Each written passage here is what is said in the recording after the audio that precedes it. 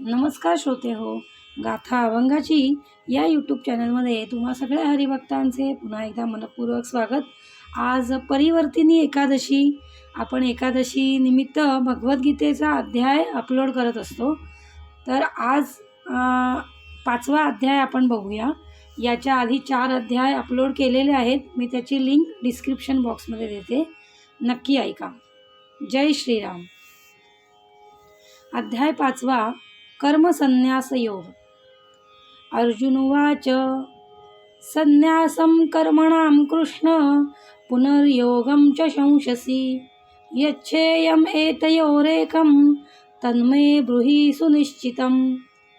अर्जुन म्हणाला, हे कृष्णा, सर्वप्रथम तुम्ही मला कर्माचा त्याग करण्यास सांगता आणि पुन्हा तुम्ही भक्तिपूर्वक कर्माची प्रशंसा करता. आता या दोघांपैकी कोणते अधिक लाभप्रद आहे ते कृपया मला निश्चितपणे सांगाल का? श्री भगवान उवाच संन्यास कर्मयोगश्च निःश्रेयस्करावुभौ तयोस्तु कर्मसन्न्यासात् कर्मयोगो विशिष्यते. श्री भगवान म्हणाले, कर्माचा संन्यास आणि भक्तिभावित कर्म दोन्हीही मुक्ती देण्यास चांगले आहेत, परंतु या दोघांपैकी भक्तियुक्त कर्म हे कर्म संन्यासापेक्षाही उत्तम आहे. ज्ञेयस नित्य संन्यासी यो न द्वेष्टी न कांक्षती निर्द्वंद्वो हि महाबाहो सुखम बद्धात् प्रमुच्यते. हे महाबाहो अर्जुना, जो द्वेष करीत नाही तसेच आपल्या कर्मफलांची आकांक्षा करीत नाही, तो नेहमी संन्यासीच असल्याचे जाणावे. सर्व प्रकारच्या द्वंद्वातून मुक्त असणारा असा मनुष्य सहजपणे भौतिक बंधन पार करतो आणि पूर्णपणे मुक्त होतो. सांख्ययोगो पृथक् बाला प्रवदन्ति न पंडितः एकमप्यास्थित सम्य भयोर्विंदते फलम. केवळ अज्ञानी लोकच भक्तियोग कर्मयोग हा भौतिक जगताच्या विश्लेषणात्मक अध्ययनापासून भिन्न आहे असे म्हणतात.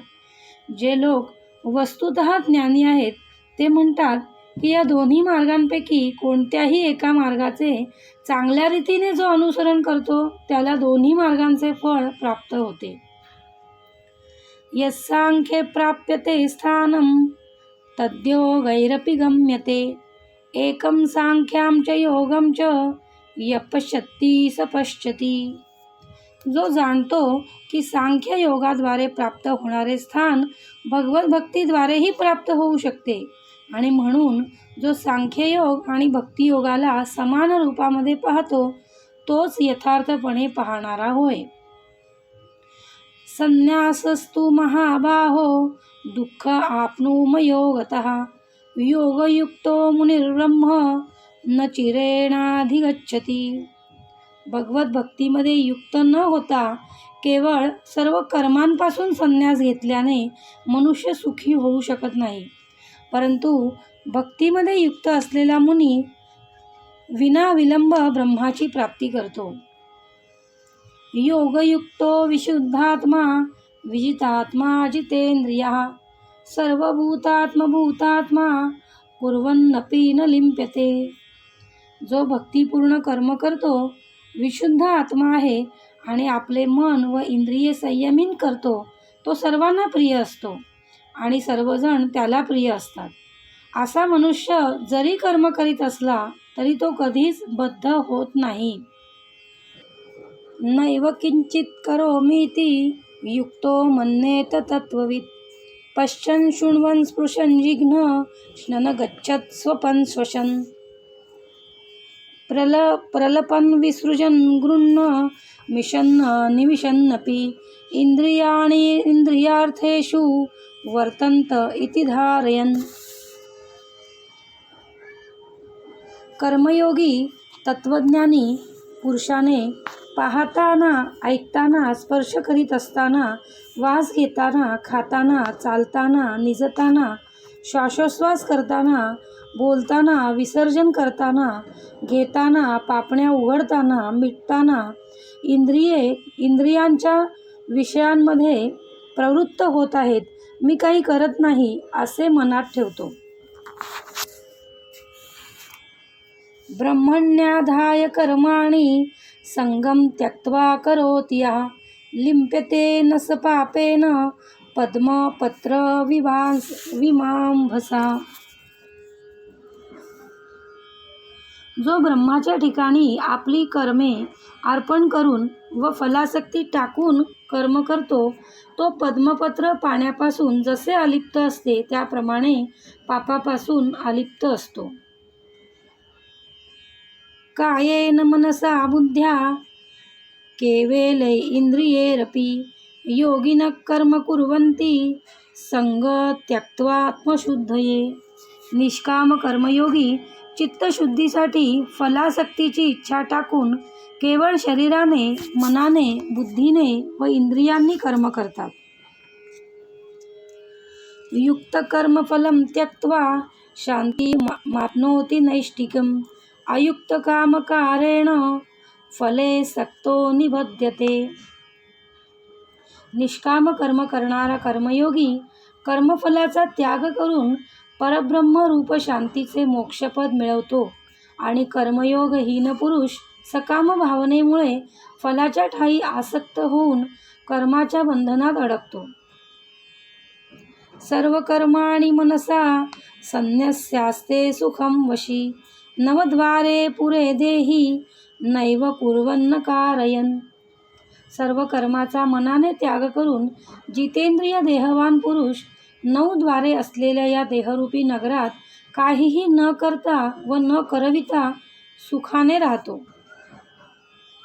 न कर्तृत्वं न कर्माणि लोकस्य सृजति प्रभु न कर्मफलसंयोगं स्वभावस्तु प्रवर्तते.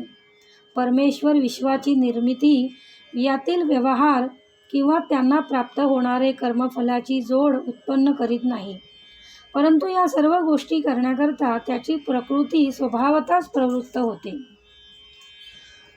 नादत्ते कस्यचित् पापं न चैव सुकृतं विभुः अज्ञानेनावृतं ज्ञान तेन मुह्यन्ति जन्तवः. तो व्यापक परमात्मा कोणाचेही पाप पुण्य घेत नाही.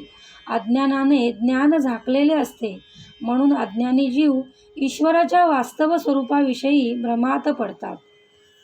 ज्ञानेन तु तदज्ञानं येषां नाशिततात्मनः तेषां आदित्यवत् ज्ञानं प्रकाशयति तत्परम्. पण ज्याचे ते अज्ञान परमात्म्याच्या ज्ञानाने नष्ट झाले, त्याचे ते ज्ञान सूर्याप्रमाणे व्यापक स्वरूपाला प्रकाशित करते. तद्बुद्ध्यास्तदात्मानं निष्ठा सत्परायणः गच्छन्त्य पुनरावृत्तिं ज्ञाननिर्धूतकल्मषः. ज्यांची बुद्धी परमार्थ तत्वामध्येच लीन आहे, ते त्याच्याशी तद्रूप झाले, त्याच्याशी एकनिष्ठ आहेत. ज्ञानाने ज्यांचे पाप पुण्यात्मक दोष पूर्णपणे नाहीसे झाले आहेत, ते पुरुष पूर्वजन्मरहित मोक्ष प्राप्त करून घेतात.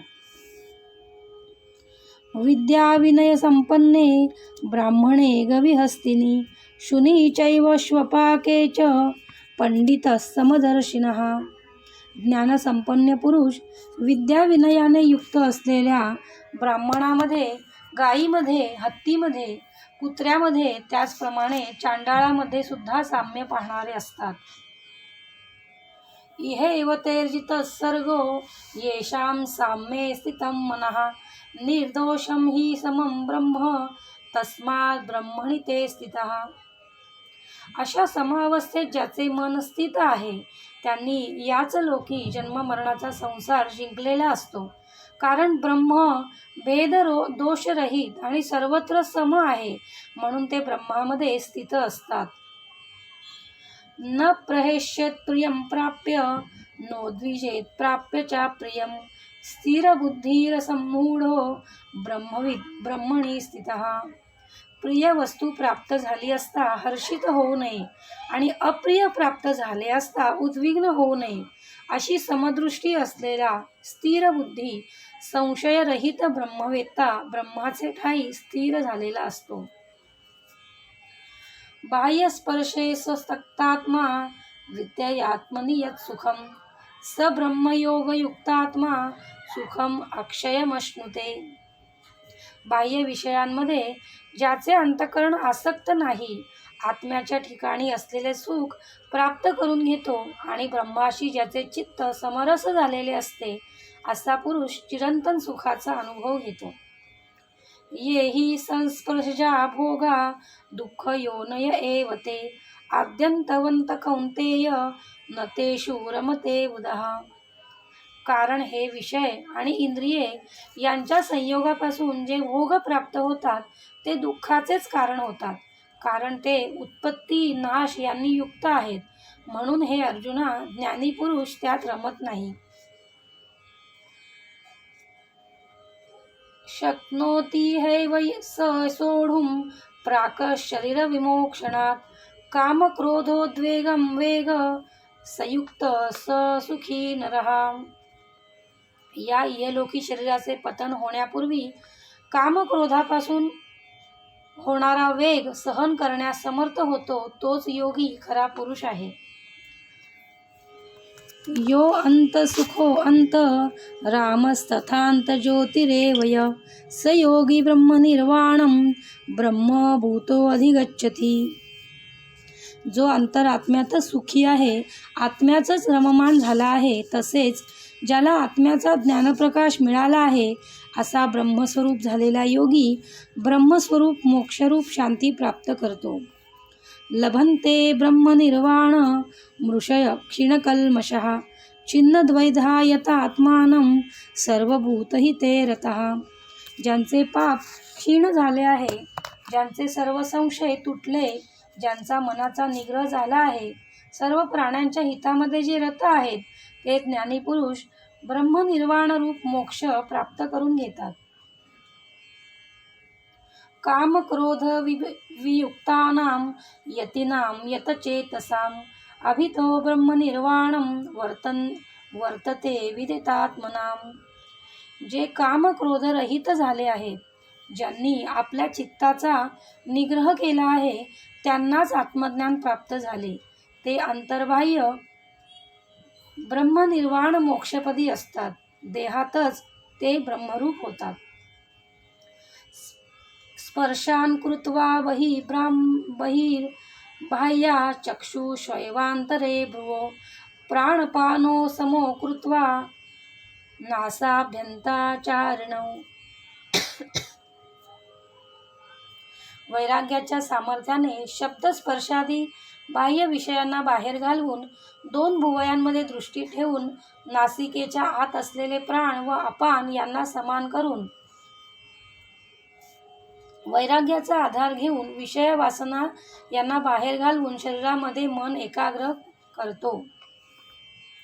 यतेंद्रिय मनोबुद्धी मुनी मोक्षपरायणः विगतेच्छा भयक्रोधो य सदा मुक्त एव स. इंद्रिय मनबुद्धी यांचे दमन करून इच्छा भय क्रोध यांचा त्याग केलेला मुनी मोक्षपरायण असल्याने तो सर्व काळ मुक्तच आहे असे जाणावे. भोक्तारं यज्ञ तपसां सर्वलोकमहेश्वरं सुहदं सर्वभूतानां ज्ञात्वा मां शांतिमृच्छति. यज्ञ तप यांचा भोक्ता, सर्व जनांचा परमेश्वर, प्राणीमात्रांचा सखा मी आहे, अशा प्रकारे जो मला ओळखतो त्याला शांतीचा लाभ होतो. इति श्रीमद्भगवद्गीतासु उपनिषत्सु ब्रह्मविद्यायां योगशास्त्रे श्रीकृष्णार्जुनसंवादे योगगर्भयोग नाम पंचमोऽध्यायः. श्रीकृष्णार्पणमस्तु. सच्चिदानंदार्पणमस्तु. जय श्रीराम.